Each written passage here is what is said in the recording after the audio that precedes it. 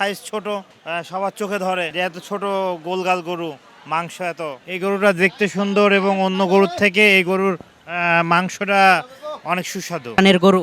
জি, এটা ভুট্টি গরু।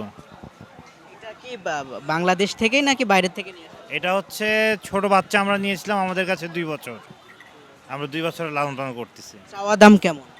আর চাওয়া দাম বর্তমানে 2,40,000, 170 বলছে, 1,70,000। এই গরুটা দেখতে সুন্দর এবং অন্য গরুর থেকে এই গরুর মাংসটা অনেক সুস্বাদু। ভুট্টি গরুর মাংস অনেক সুন্দর হয় এবং মাংস পুরা লাল।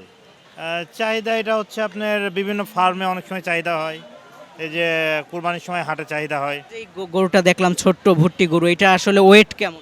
আশা করতেছি 4.5 মণ, মানে 4 মণ 30 কেজি এত হবে আসলে? ইনশাল্লাহ। মানে এর কি আটিল মাংস, মানে মাংস বেশি কিন্তু জি জি, মাংসটা অনেক টাইট। হ্যাঁ, দর্শনার্থীরা আসছে এবং অনেক ভিড় করতেছে দেখার জন্য।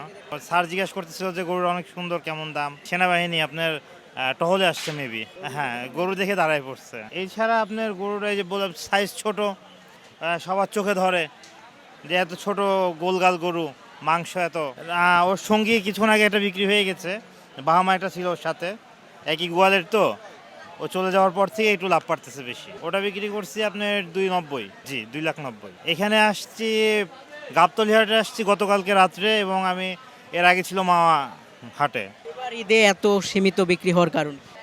সেটা সঠিক বলতে পারছি না এখন কেন এমন হচ্ছে। হ্যাঁ, বৃষ্টির জন্য হতে পারে, যেমন আজকে সকাল থেকে অনেকক্ষণ বৃষ্টি হয়েছে।